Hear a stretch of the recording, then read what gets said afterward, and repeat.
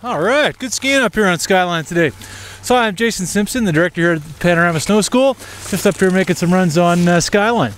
So yesterday I was out skiing with a couple of my pros, and we were doing long top to bottom laps, and these guys were complaining about tired legs at the end of every run. So I asked me to take a quick look at their skiing, and it was apparent to me right away what was going on. These guys were a little bit unsure as to what flexion at the end of the turn is for. And so what they ended up doing is what I call grinding.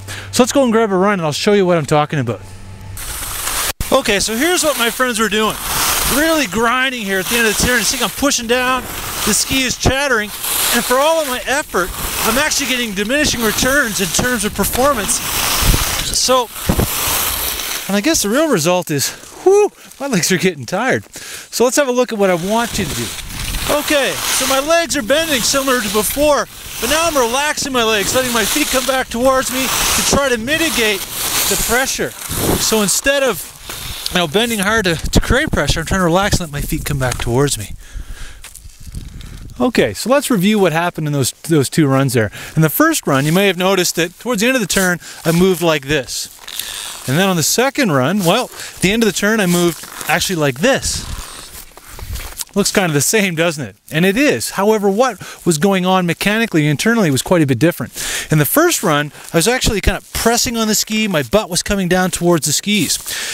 In the second run, I was actually thought about bringing my feet up towards my core.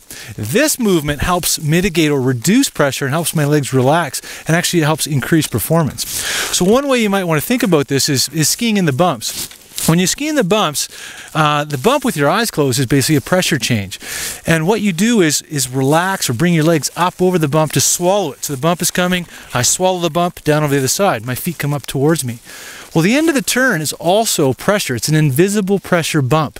And if you move in the same way, you're going to get the same result. So the mechanic makes sense. At the end of the turn, here comes the pressure bump, swallow it up and over. And I got it nailed. Skis perform well, and I begin to relax, and I can ski longer, easier, with more fluidity. Okay, so there having a look. To the end of the turn here, let your feet come up towards you, up towards you, up towards you, over that pressure bump. There it is. There it is. Woo! All right. Okay, so there you have it. Next time you're out there skiing, think about going over that pressure bump at the end of the turn. Let the feet come up towards you, absorb from that pressure. Let your legs relax a little bit so you can get those long runs with your legs not tiring out, and stop grinding it like my friends were the other day.